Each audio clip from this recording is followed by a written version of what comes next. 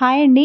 ఒక వీడియోలో నేను వర్క్ బ్లౌజెస్‌కి నెక్స్ అనేటివి ఎలా దగ్గరికి అనుకోని కుట్టుకోవాలనేది ఒక వీడియో చేసి పెట్టానండి. అయితే నేను ఆ వీడియోలో చూపించిన బ్లౌజ్ వచ్చేసి కట్ వర్క్ బ్లౌజేనండి. అది కూడా ఇప్పుడు మీకు ఇక్కడ చూపిస్తున్న కట్ వర్క్ బ్లౌజ్ ఎలానో ఆ వీడియోలో కూడా చూపించిన కట్ వర్క్ బ్లౌజేనండి. అయితే ముందుగా మధ్యలో ఎలా జాయిన్ చేసుకోవాలో చూపించేసేసి నేను చుట్టూగా సపోర్ట్ కోసం అనేసి ఒక రౌండ్ కుట్టు వేసేసుకున్నాను. అయితే కొంతమంది ఏమనుకున్నారంటే కట్ వర్క్ కాకుండా నార్మల్ రౌండ్ నెక్ ఏంటి అని చెప్పేసి కామెంట్ పెట్టారు.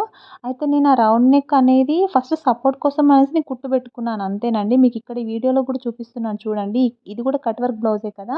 ముందుగా అయితే నేను ఇలా సపోర్ట్ కుట్టు పెట్టుకొని, ఆ తర్వాత దీని పక్క నుంచి నేను కట్ వర్క్ అనేది కుడతానండి. అంటే క్లాత్ అనేది కొంచెం అటు ఇటు జరగకుండా కరెక్ట్‌గా ఉంటుంది. కట్ వర్క్ షేప్ అనేది కరెక్ట్‌గా వస్తుందని నేను ఈ విధంగా కుడతాను. అయినా నేను ఆ వీడియో పెట్టిన తర్వాత మళ్ళీ నెక్స్ట్ వీడియోలో కూడా అదే బ్లౌజ్ కట్ వర్క్ ఎలా కుట్టానో కూడా వీడియో పెట్టాను. కానీ అది ఎక్కువ రీచ్ ఎళ్ళలేదు. ఫస్ట్ పెట్టిన వీడియో అనేది రీచ్ వెళ్ళిపోయింది. సో, అది చూసిన వాళ్ళు కామెంట్ పెట్టారు నాకు. కట్ వర్క్ కుట్టలేదేంటి సిస్టర్, నార్మల్ రౌండ్ నెక్ కుట్టేసారేంటా అనేసి.